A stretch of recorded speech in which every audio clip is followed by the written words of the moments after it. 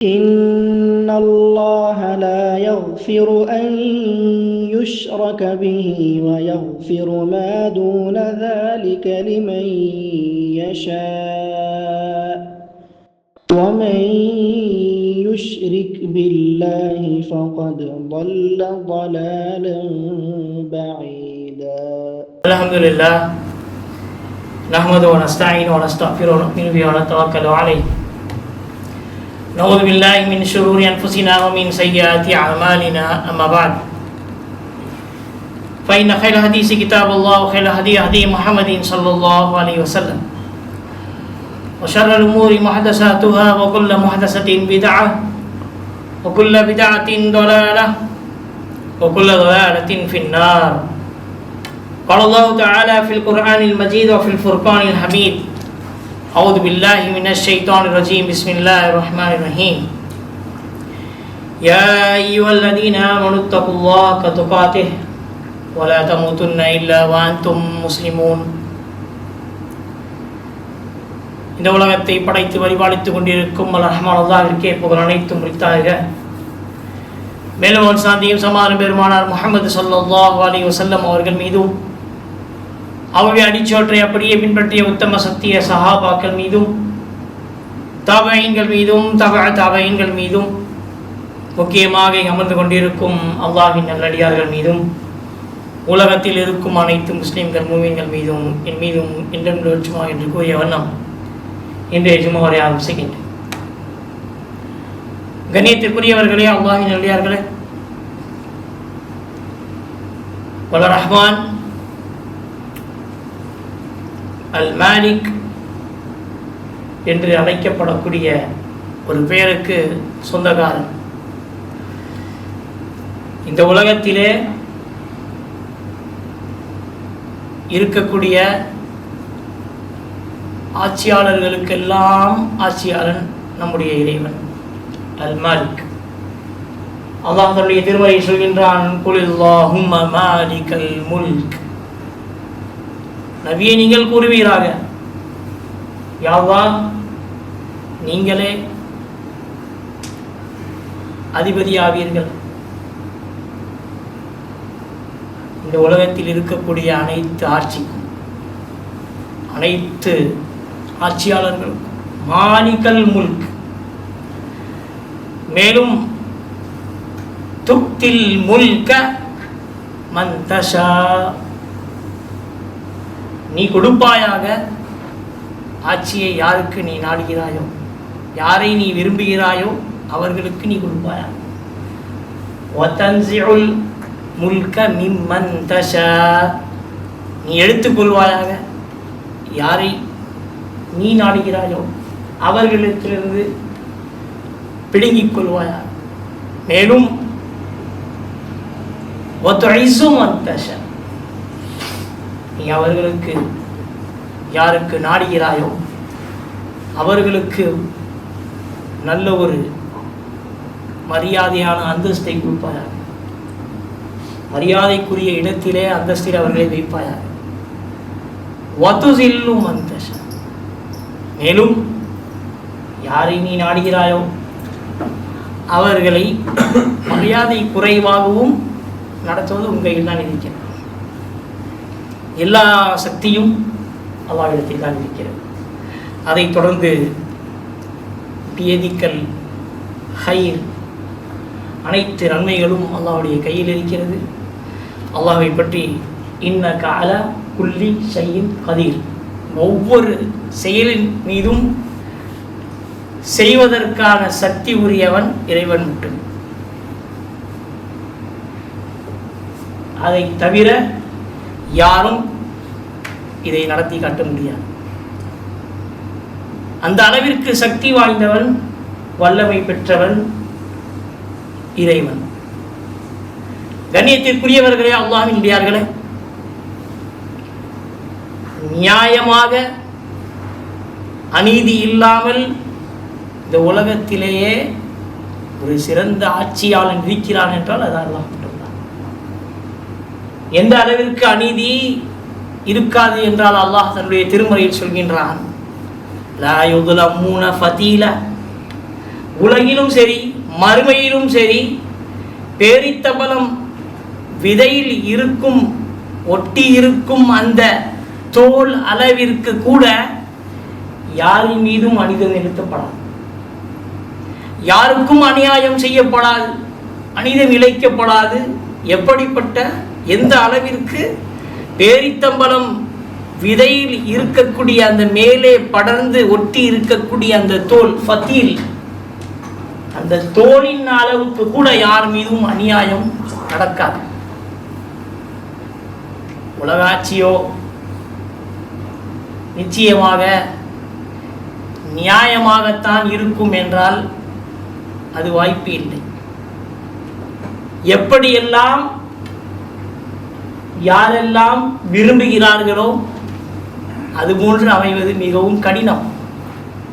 அல்லாஹ் யாரை நாடுகிறானோ அதுபோன்றுதான் உலகில் நடக்கும்.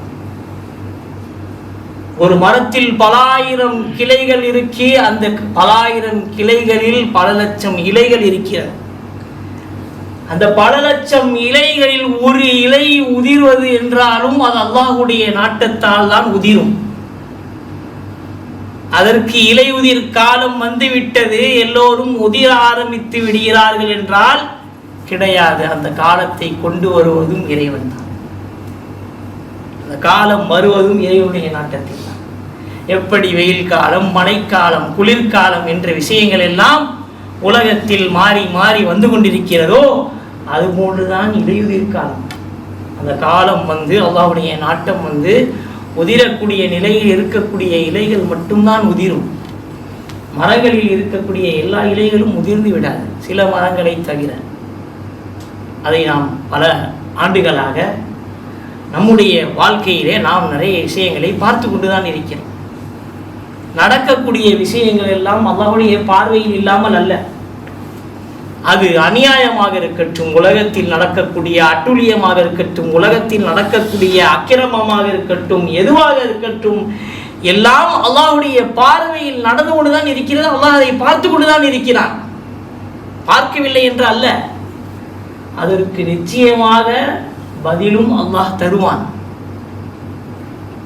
அல்லாஹ் எப்பொழுதும் லா யுதீஉ அஜ்ரல் முஹ்சினீன், தன்னுடைய திருமறையில் சொல்லலாம், முஹ்சினீன் இஹ்சான் ஈமான் கொண்டவர்கள், நன்மை செய்தவர்கள், நன்மை நாடக்கூடியவர்களுடைய அஜ்ரை கூலியை ஒருபொழுதும் அல்லாஹ் வீணாக்குவது கிடையாது, வீணாக அல்லாஹ் ஆக்குவது கிடையாது. யாருடைய அஜ்ரை? அஜ்ருல் முஹ்சினீன். இந்த முஹ்சினீன்கள் யார்? அல்லாஹ்வை வணங்கக்கூடியவர்கள், எந்நிலையிலும் எந்த இடத்திலும் எந்த நிலையிலும் எப்படிப்பட்ட சூழ்நிலையிலும் அல்லாஹ்வை வணங்கக்கூடியவர்கள், அல்லாஹ்வையே நாடக்கூடியவர்கள், அல்லாஹ்விடத்திலே கேட்கக்கூடியவர்கள், அல்லாஹ்விடத்திலே திரும்பக்கூடியவர்கள். இப்படிப்பட்டவர்கள் அல்லாஹ் அவர்களுடைய அந்த கூலியை வீணாக்க மாட்டார். இந்த உலகத்தில் அவர்கள் கேட்டு அவர்களுக்கு கிடைக்கவில்லை என்றால், அதை நிறுத்தி வைத்திருக்கிறான் என்றால் நாம் தவறாக கருதக்கூடாது. அது மறுமையில் அவர்களுக்கு கொடுக்கப்படுமாறாக. இது ஏன் எனக்கு உலகத்திலே கொடுக்கப்படவில்லை என்ற கவலை நமக்கு வேண்டாம். நிச்சயமாக அது மறுமையில் நமக்கு கொடுக்கப்படும் சிறந்த விதமாக. கண்ணியத்திற்குரியவர்களே, அல்லாஹ்வுடையார்களே, அதுபோன்றுதான் இந்த உலகத்தில் கிடைக்கக்கூடிய ஆட்சியும் அவர்களுக்கான பொறுப்பும் அல்லாஹ்வுடைய நாட்டம் யாரின் மீது இருக்கிறதோ, நம்மை சோதிக்க வேண்டும் என்றால் கொடுங்கோலனுக்கு அல்லாஹ் ஆட்சியை கொடுப்பான். நம்முடைய நிலை அப்படி இருக்கும். நாம் அதற்கு வாய்க்கப்பட்டிருப்போம், நாம் அதற்கு காரணமாக இருந்திருப்போம். ஃபிரௌனுடைய ஆட்சியை எடுத்துக்கொள்ளுங்கள். இருப்பதிலேயே வந்து சென்ற அரசர்களிலேயே ஆட்சியாளர்களிலேயே மிகவும் கொடுமையானவன், தன்னை இறைவன் என்று சொல்லி வாழ்ந்தவன், தன்னை தானே ஆனா ரப்புகுமுல் அலா, நான் உங்களுடைய இறைவன், உயர்ந்தவன் என்று சொல்லி வாழ்ந்தவன். அவனுடைய அந்த ஆட்சி கரையும் பொழுது அவனுடைய நிலை மரணத்தின் பொழுது எப்படி இருந்தது என்று குர்ஆன் சொல்லுகிறதே. இறக்கக்கூடிய அந்த நிலையிலே, மூழ்கக்கூடிய நிலையிலே அந்த ஃபிரௌனும் சொல்லுகிறானாம், ஆமன்து பி ரப்பி வ மூசா, வஹாரூன், நானும் ஈமான் கொள்கிறேன் மூசாவுடைய இறைவன் மீதும் ஹாரூனுடைய இறைவன் மீதும் என்று அஞ்சிக் கொண்டு நடுங்கிக் கொண்டு மார்க்கத்தை ஏற்ற ஒரு நிலையை நாம் பார்க்கிறோம். இருந்தும் அல்லாஹ் ஏற்றுக்கொண்டானா? கிடையாது. ஏனென்றால் அது மரணத்தின் பயத்தால் அவன் சொன்ன வார்த்தைகள். இறைவன் மீது இருக்கக்கூடிய பயம் கிடையாது. எப்பொழுது வரை அவன் ஆட்சி செய்து கொண்டிருந்தானோ அப்பொழுது வரை பனு இஸ்ரேலர்களை அடிமையாகவும் மோசமான நிலையிலும் அவர்களை அடிமைப்படுத்தி வைத்திருந்தான். அவன் பிறக்கக்கூடிய ஆண் குழந்தைகளை உயிரோடு வெட்டி தூக்கி வீசக்கூடிய நிலையில் இருந்தான் அவன். பெண்களை எல்லாம் அடிமைப்படுத்தி வாழ வைத்தான் அவன். அப்படிப்பட்ட ஒரு கூட்டத்தில் இருந்து ஒரு நபியை அல்லாஹ் பிறக்க செய்து அவனுடைய ஆட்சியிலே அவனுடைய அரண்மனையிலேயே வாழ வைத்தான் என்றால் யோசித்து பாருங்கள், எவ்வளவு பெரிய விஷயம். அவனுடைய அந்த ஆட்சியிலே அவனுடைய அரண்மனையிலே அந்த நபியை அல்லாஹ் வாழ வைத்து வளர வைத்து அவரை ஒரு ஆளாக்கினான் என்றால் யோசித்து பாருங்கள், இறைவனுக்கு எப்படிப்பட்ட வல்லமை இருக்கிறது, ஆற்றல் இருக்கிறது என்று. கண்ணியத்திற்குரியவர்களை யாராவது யோசித்திருக்க முடியுமா? மூசாவை தேடிதான் அவன் எல்லா ஆண் பிள்ளைகளையும் கொலை செய்கிறான் என்று அவன் யோசித்து பார்க்க முடியுமா? அவனால் சிந்தித்து பார்த்திருக்க முடியுமா? இதுதான் மூசாவாக இருக்குமா என்று அந்த குழந்தையை அந்த மனைவிக்கு அவன் வளர்ப்பதற்காக கட்டளையிட்ட பொழுது சிந்தித்து பாருங்கள் கண்ணியத்திற்குரியவர்களே, அல்லாஹ்வியார்களே. அவன் யாருக்கு எதை எப்பொழுது கொடுக்க வேண்டுமோ அந்த நேரத்தில் அதை கொடுப்பான். அதை யாராலும் தடுக்க முடியாது. யாரிடத்தில் இருந்து எப்பொழுது எதை எடுக்க வேண்டும் என்று நினைக்கிறானோ அப்பொழுது அதை எடுத்து விடுவான். அதை யாராலும் மறுபடியும் கொடுக்க முடியாது. அதைத்தான் இந்த வசனத்திலே அல்லாஹ்வுடைய தூதருக்கு அல்லாஹ் துஆவாக சொல்லிக் கொடுக்கிறான். குலில்லாஹும்ம மாலிகல் முல்க், நபியை நீங்கள் கூறுவீராக, யா அல்லாஹ், நீ தான் ஆட்சியாளர்களுக்கெல்லாம் ஆட்சியாளன். நீ யாருக்கு நாடுகிறாயோ அவர்களுக்கு கொடுப்பாய், நீ யாருக்கு நாடுகிறாயோ அவர்களிடத்திலிருந்து எடுத்து விடுவாய், நீ யாருக்கு நாடுகிறாயோ அவர்களுக்கு மரியாதை கொடுப்பாய், அந்தஸ்து கொடுப்பாய், நீ யாருக்கு நாடுகிறார்களோ அவரிடத்திலிருந்து நீ அந்த அந்தஸ்தையும் மரியாதையும் பிடுங்கிக் கொள்வாய். மேலும் எல்லாம் நல்லதை உன்னுடைய கையிலே கரங்களிலே இருக்கிறது. அதுபோல் நீ தான் அனைத்து விஷயத்திற்கும் சக்தி வாய்ந்தவன். கதீர், கதீர் என்ற வார்த்தை அழுத்தமாக சொல்லப்பட்டிருக்கிறது. காதிர், அதிலிருந்து கதீர், மிக சக்தி வாய்ந்தவன் அல்லாஹ். அவனை பற்றி நாம் இன்று சற்றும் கூட யோசிப்பது கிடையாது. உலக வாழ்க்கையில் எந்த அளவிற்கு மூழ்கிவிட்டோம் என்றால் உலகத்தில் நமக்கு கிடைப்பதுதான் நிரந்தரம் என்ற அளவிற்கு நம்முடைய சமூகத்தவர்கள் வாழ்ந்திருக்கிறார். உலகத்தில் கிடைக்கக்கூடிய சில சுகம், சில பதவிகள் தான் நமக்கு எல்லாம் என்று நினைத்து கொண்டு வாழ்ந்து கொண்டிருக்கிறார். கண்ணியத்திற்குரியவர்களே, அல்லாஹ்வியார்களே, அது நிரந்தரம் அல்ல. அல்லாஹ்வுடைய தூதர் சொன்னார்கள், குல்லுக்கும் ராயின் ஒகுல்லுக்கும் மஸ்ஊலத்துன் அன் ரஅய்யதிஹி, உங்களில் அனைவரும் பொறுப்புதாரர்களே. அந்த பொறுப்பை பற்றி நாளை மறுமையிலே விசாரிக்கப்படும்.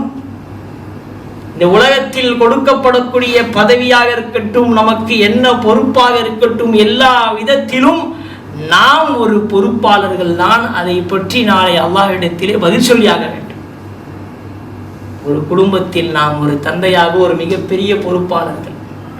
ஒரு குடும்பத்தில் நாம் தந்தையாக ஒரு மிகப்பெரிய பொறுப்பாளர்கள். ஒரு இஸ்லாமிய சமூகத்தில் நாம் அல் இபாத், வணக்கம் செய்வதில், அல்லாஹ்வை வணங்குவதில் மிகப்பெரிய ஒரு பொறுப்பாளர்கள்.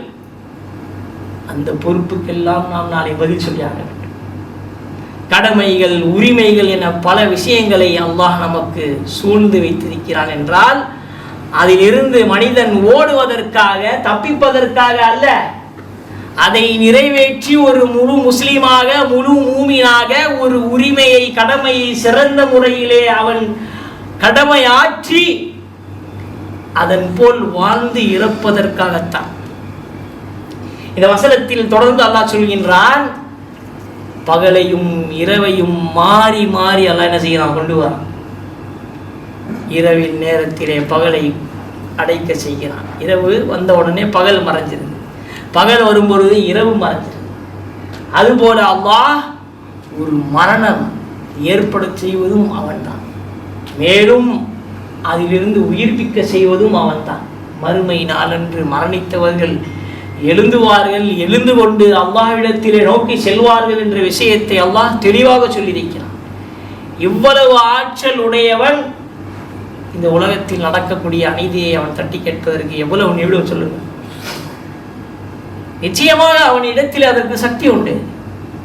அவன் எதற்காக அப்படி வைத்திருக்கிறான் என்றால் அதிலும் அல்லாஹ்வுடைய ஹிக்மத் இருக்கிறது, நாட்டம் இருக்கிறது.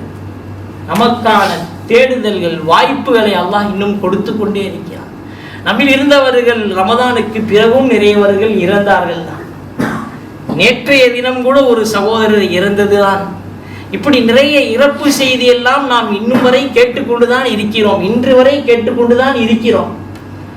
நாம் வாழ்ந்து கொண்டிருக்கிறோமே, எதற்காக அல்லாஹ் நம்மை இன்னும் வைத்துக் கொண்டிருக்கிறான்?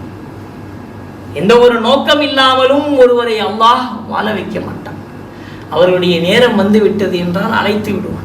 நம்முடைய நேரம் வரவில்லை என்றால் நமக்கு அல்லாஹ் கொடுக்கக்கூடிய வாய்ப்பு என்று எண்ணி நாம் அதன்படி நடந்து கொள்வதுதான் நம்மில் நமக்கு சிறந்தது.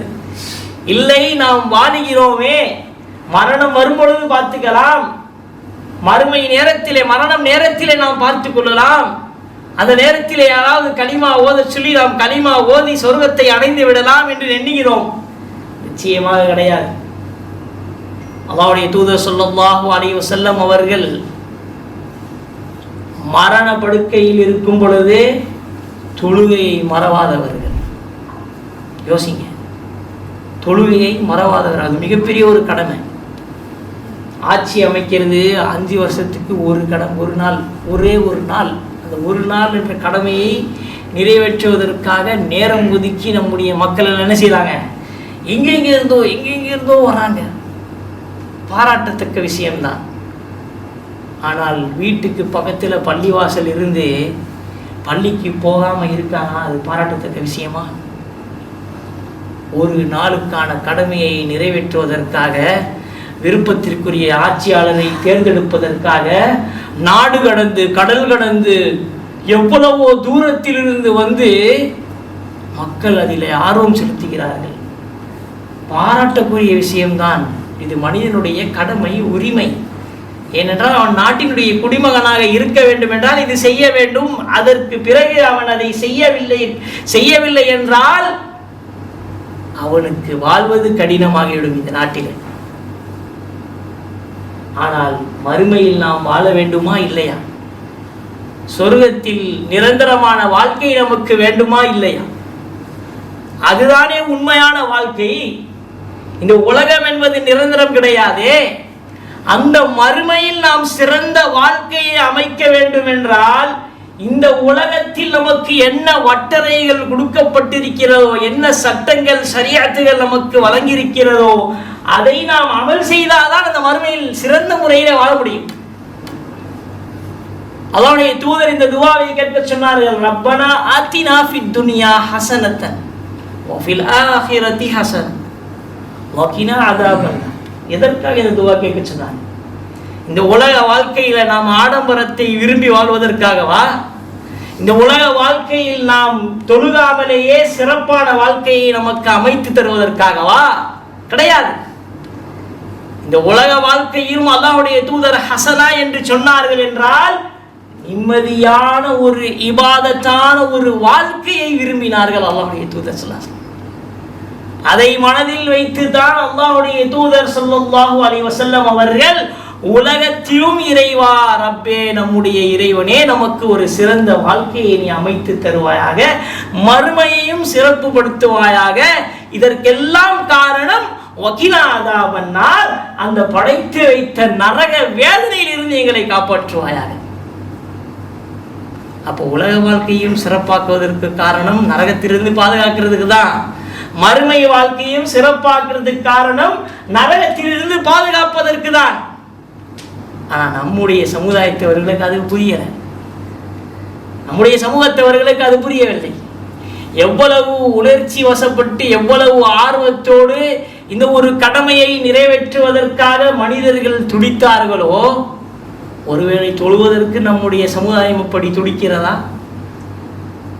ஒரு ஃபஜ்ருடைய தொழுகையை இழந்து விட்டோம் என்ற ஒரு கவலை நம்முடைய சமுதாயத்திற்கு இருக்கிறதா? ஒரு லுஹருடைய தொழுகையை நாம் தவற விடுகிறோம் என்ற சமுதாயத்தில் அந்த கவலை ஆண்கள் பெண்களுக்கு இருக்கிறதா? யோசியுங்கள் கண்ணியத்திற்குரியவர்களே, நாம் எவ்வழியில் சென்று கொண்டிருக்கிறோம் என்று. இந்த வழிபாதையை வகுத்தெடுப்பதும் அதை வகுப்பதும் இறைவிடத்தில் இருக்கிறது.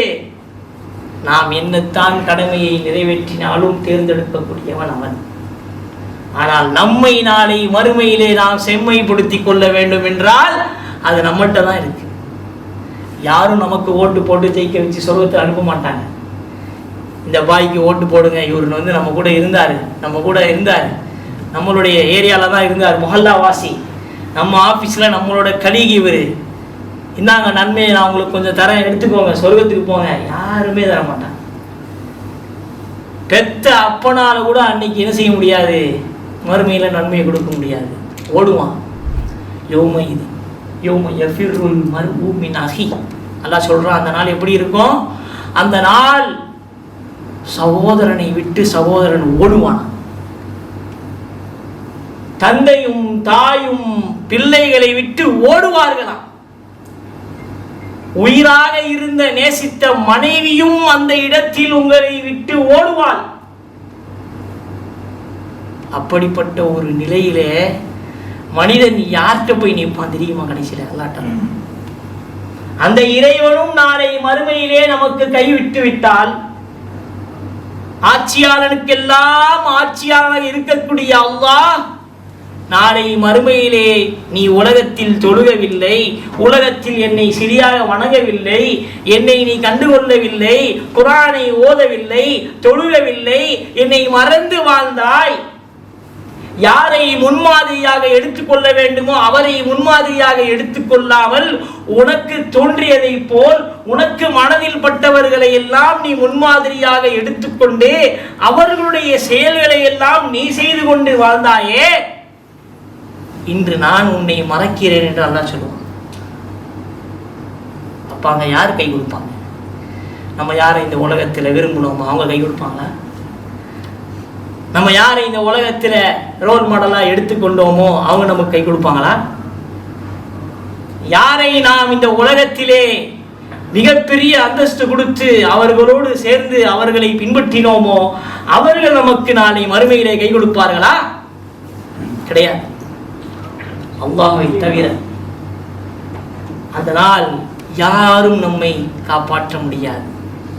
எந்த இடத்திலும் ஒரு தப்பிப்பதற்கான வாய்ப்பும் கிடையாது. அல்லாஹ்வுடைய அந்த நாட்டம், அல்லாஹ்வுடைய அந்த இடத்திலே மறுமை நாளிலே அல்லாஹ்வை தவிர யாரும் நம்மை பாதுகாக்க முடியாது. அல்லாஹ்வுடைய நாட்டத்தால் தான் அங்கே சிபாரிசு கூட நடக்கும். அதுவும் எல்லாருக்கும் அல்லாஹ் சிபாரிசு செய்ய வாய்ப்பு கொடுக்க மாட்டான். ஆதம் அலைஹிஸ்ஸலாம்ல இருந்து எடுத்துக்கோங்க, மக்கள் கெஞ்சுவாங்க, கதறுவாங்க, ஆதம் அலைஹிஸ்ஸலாம் சொல்லுவாங்க பக்கத்துல போங்க, நூஹ் அலைஹிஸ்ஸலாம் இருக்காங்க, நூஹ் அலைஹிஸ்ஸலாம்கிட்ட வருவாங்க, கேட்பாங்க, நூஹ் அலைஹிஸ்ஸலாம் சொல்லுவாங்க வேற ஒரு நபியிட்ட சொல்லிப்போம் அங்க போங்கன்னு சொல்லுவாங்க. இப்படியே எல்லா நபிமார்களும் ஒவ்வொரு நபியை தாண்டி தாண்டி அனுப்பிக்கொண்டே இருப்பார்கள். யாரும் அங்கே சிபாரிசு செய்வதற்கான தயாரோடு இருக்க மாட்டார்கள்.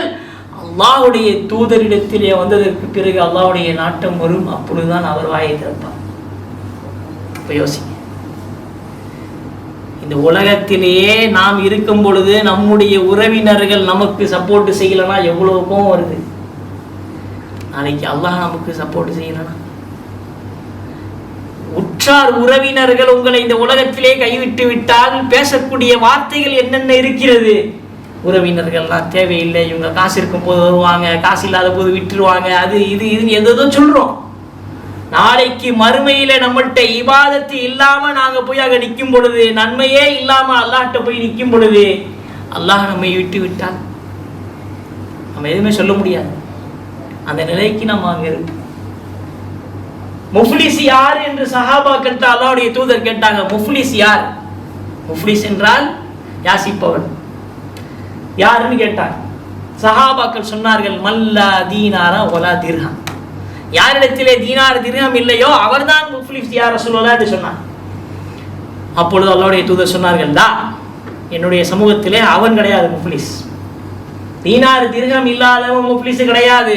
நாளை மறுமை நாளிலே ஒரு கூட்டம் வரும், அந்த கூட்டத்திலே இருப்பவர்கள் எல்லாம் நன்மையோடு வருவார்கள், ஆனால் அவர்கள் தீமையை பெற்றுக்கொண்டு நரகத்தில் செல்வார்கள், அவர்கள் தான் முஃப்லிஸ் என்று சொன்னார்கள். யோசிங்க, யார் அவன்? இந்த உலகத்திலேயே உலக மோகம் கொண்டு நிறைய உலக ஆசை கொண்டு மக்களை ஏமாற்றி வாழ்ந்திருப்பான்,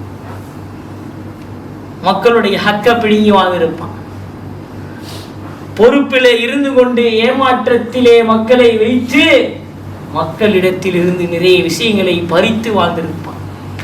ஒரு கூட்டம் அவர்களை எதிர்த்து அங்கே நிற்கும் வறுமையில், யாரெல்லாம் இவனை சும்மா விடாதீங்க, இவன் சாதாரண ஆள் கிடையாது, இவன் இப்படி செஞ்சான் இப்படி செஞ்சான், இவ்வளவு கம்ப்ளைண்ட் இருக்கும், எல்லாம் கூப்பிடுவான், அவங்கள எல்லாரையும் நிற்க வைப்பான், எத்தனை கம்ப்ளைண்ட் கொடுக்குறாங்களோ எல்லாத்தையும் கேட்பான், எல்லாத்தையும் கேட்டு அவர்களுக்கு அந்த இடத்திலேயே தீர்ப்பு வழங்கப்படும்.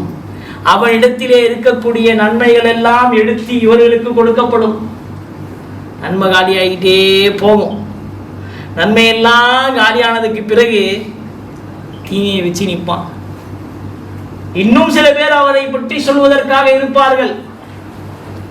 அப்பொழுது அவர்களிடத்தில் என்ன செய்வானல்லா, அவர்களுடைய தீமைகள் எல்லாம் எடுத்து அவனுடைய மீது சாட்டப்படும். இவர்கள் தான் முஃப்லிஸ் என்று அல்லாஹ்வுடைய தூதர் சொன்னார்கள்.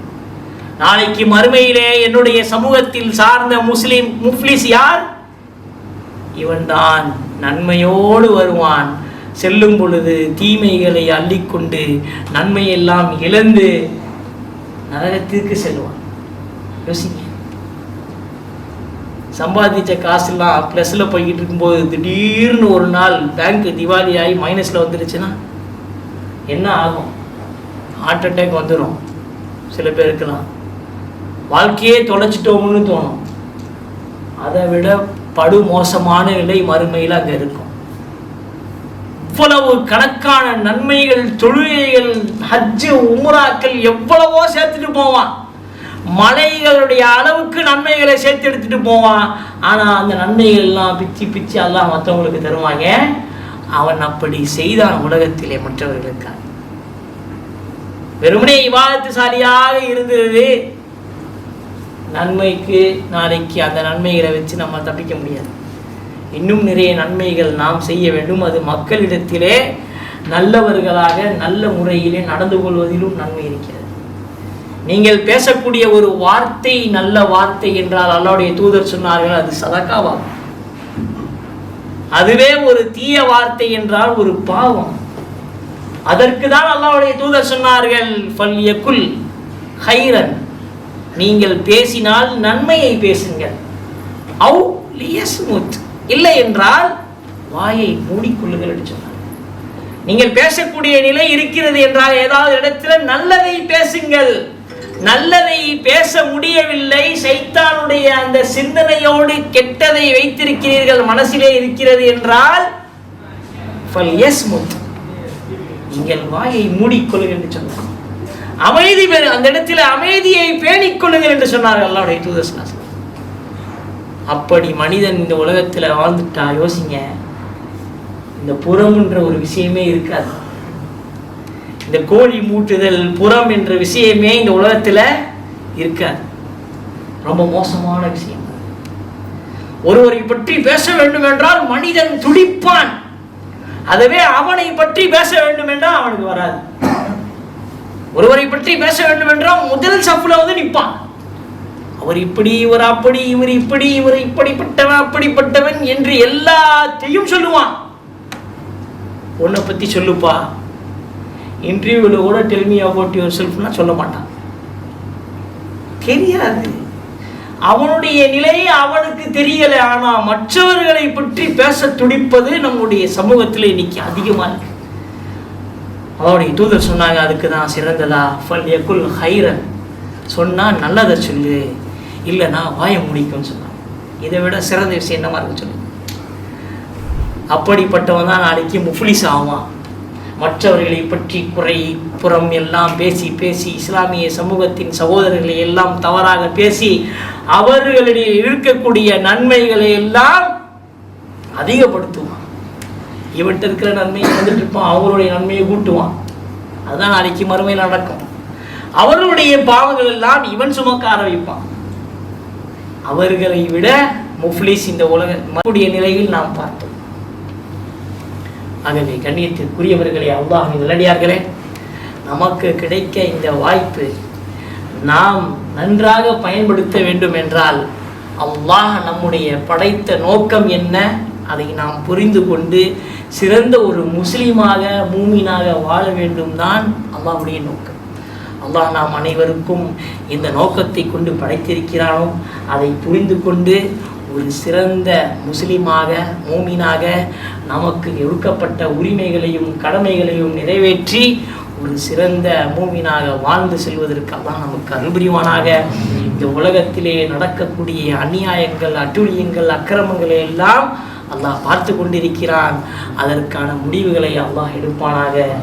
ஏனென்றால் இத்தனை முஸ்லிம்கள் அநியாயமாக கொல்லப்படுகிறார்கள், இன்னும் கொல்லப்பட்டு கொண்டிருக்கிறார்கள். இதை கேட்பதற்கு அல்லாஹ் ஒருவன் இருக்கிறான். நிச்சயமாக அந்த நாள் வெகு தூரம் அல்ல. அதற்காக முடிவும் அல்லாஹ் ஏற்பாடு செய்வான். அதற்கான முடிவையும் அல்லாஹ் நமக்கு காட்டுவானாக.